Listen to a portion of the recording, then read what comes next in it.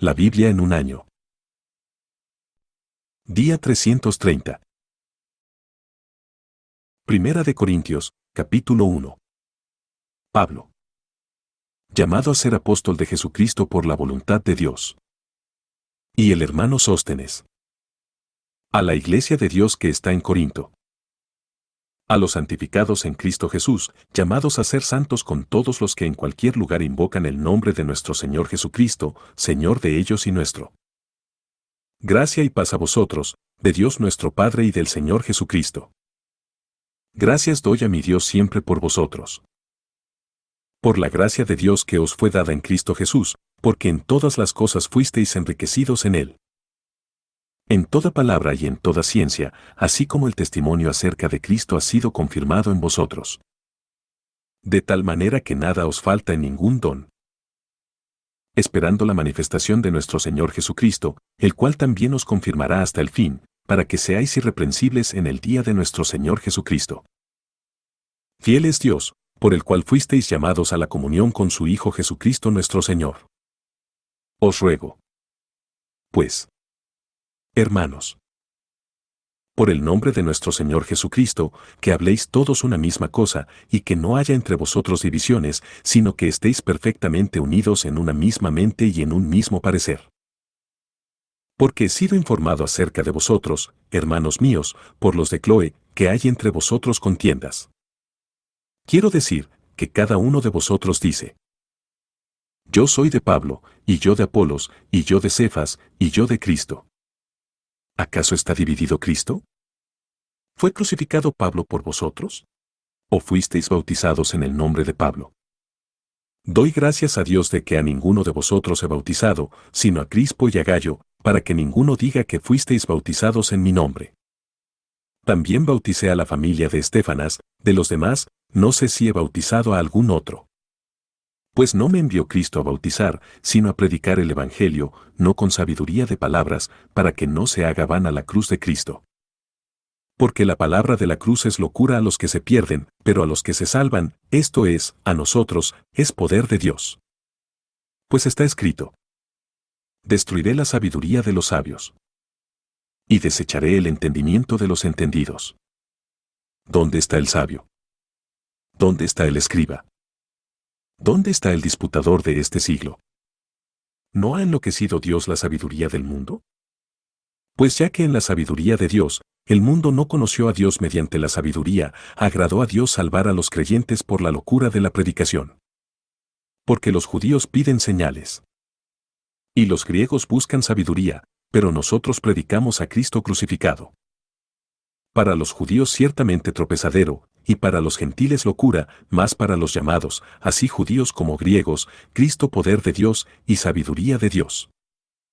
Porque lo insensato de Dios es más sabio que los hombres, y lo débil de Dios es más fuerte que los hombres. Pues mirad, hermanos, vuestra vocación, que no sois muchos sabios según la carne, ni muchos poderosos, ni muchos nobles, sino que lo necio del mundo escogió Dios, para avergonzar a los sabios, y lo débil del mundo escogió Dios, para avergonzar a lo fuerte, y lo vil del mundo y lo menospreciado escogió Dios, y lo que no es, para deshacer lo que es, a fin de que nadie se jacte en su presencia. Mas por él estáis vosotros en Cristo Jesús, el cual nos ha sido hecho por Dios sabiduría, justificación, santificación y redención, para que, como está escrito: el que se gloría, gloríese en el Señor. Primera de Corintios, capítulo 2. Así que, hermanos, cuando fui a vosotros para anunciaros el testimonio de Dios, no fui con excelencia de palabras o de sabiduría. Pues me propuse no saber entre vosotros cosa alguna sino a Jesucristo y a este crucificado. Y estuve entre vosotros con debilidad, y mucho temor y temblor, y ni mi palabra ni mi predicación fue con palabras persuasivas de humana sabiduría, sino con demostración del Espíritu y de poder, para que vuestra fe no esté fundada en la sabiduría de los hombres, sino en el poder de Dios. Sin embargo, hablamos sabiduría entre los que han alcanzado madurez, y sabiduría no de este siglo, ni de los príncipes de este siglo, que perecen. Mas hablamos sabiduría de Dios en misterio. La sabiduría oculta, la cual Dios predestinó antes de los siglos para nuestra gloria, la que ninguno de los príncipes de este siglo conoció, porque si la hubieran conocido, nunca habrían crucificado al Señor de gloria. Antes bien, como está escrito, cosas que ojo no vio, ni oído oyó, ni han subido en corazón de hombre, son las que Dios ha preparado para los que le aman. Pero Dios nos las reveló a nosotros por el Espíritu, porque el Espíritu todo lo escudriña, aún lo profundo de Dios. ¿Por qué? ¿Quién de los hombres sabe las cosas del hombre, sino el Espíritu del hombre que está en él? Así tampoco nadie conoció las cosas de Dios, sino el Espíritu de Dios. Y nosotros no hemos recibido el Espíritu del mundo, sino el Espíritu que proviene de Dios, para que sepamos lo que Dios nos ha concedido, lo cual también hablamos, no con palabras enseñadas por sabiduría humana, sino con las que enseña el Espíritu, acomodando lo espiritual a lo espiritual.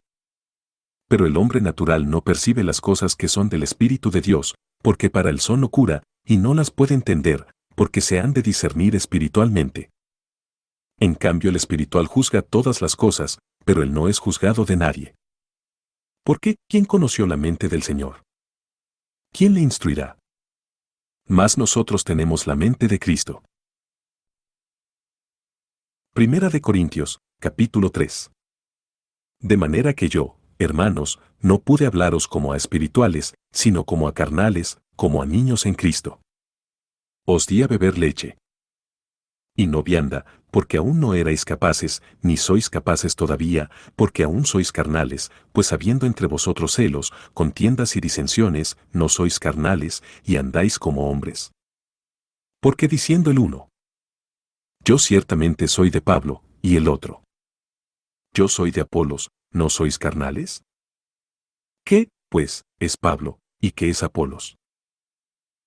Servidores por medio de los cuales habéis creído, y eso según lo que a cada uno concedió el Señor. Yo planté, Apolos regó, pero el crecimiento lo ha dado Dios. Así que ni el que planta es algo, ni el que riega, sino Dios, que da el crecimiento. Y el que planta y el que riega son una misma cosa, aunque cada uno recibirá su recompensa conforme a su labor. Porque nosotros somos colaboradores de Dios, y vosotros sois labranza de Dios, edificio de Dios.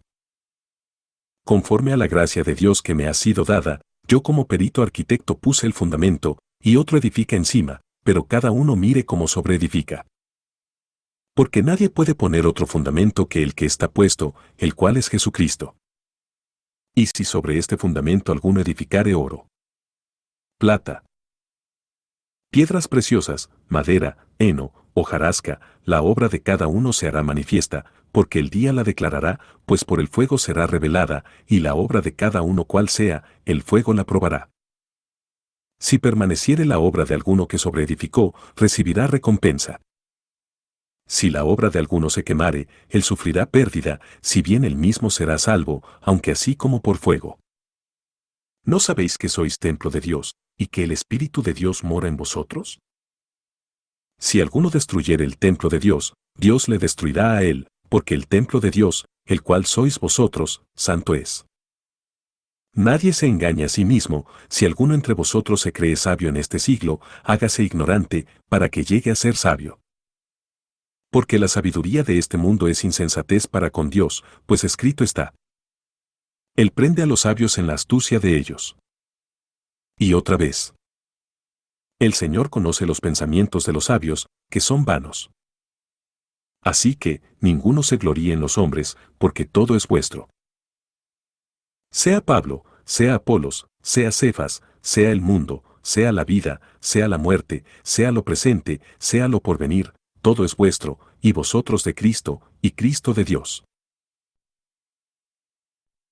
Primera de Corintios, capítulo 4. Así, pues, téngannos los hombres por servidores de Cristo y administradores de los misterios de Dios. Ahora bien, se requiere de los administradores que cada uno sea hallado fiel. Yo en muy poco tengo el ser juzgado por vosotros o por tribunal humano, y ni aun yo me juzgo a mí mismo. Porque aunque de nada tengo mala conciencia, no por eso soy justificado, pero el que me juzga es el Señor. Así que, no juzguéis nada antes de tiempo, hasta que venga el Señor, el cual aclarará también lo oculto de las tinieblas, y manifestará las intenciones de los corazones, y entonces cada uno recibirá su alabanza de Dios. Pero esto, hermanos, lo he presentado como ejemplo en mí y en Apolos por amor de vosotros, para que en nosotros aprendáis a no pensar más de lo que está escrito, no sea que por causa de uno os envanezcáis unos contra otros. Porque, ¿quién te distingue? ¿O qué tienes que no hayas recibido?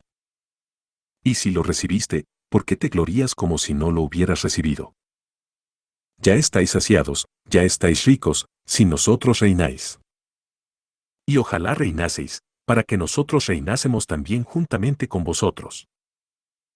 Porque según pienso, Dios nos ha exhibido a nosotros los apóstoles como postreros, como a sentenciados a muerte, pues hemos llegado a ser espectáculo al mundo, a los ángeles y a los hombres.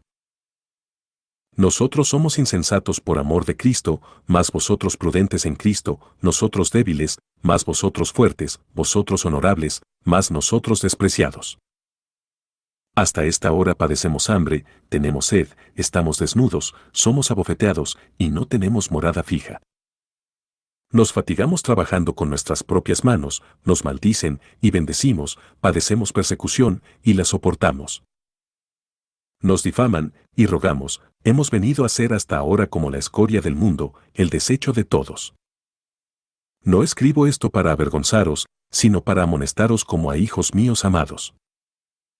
Porque aunque tengáis 10.000 años en Cristo, no tendréis muchos padres, pues en Cristo Jesús yo os engendré por medio del Evangelio. Por tanto, os ruego que me imitéis.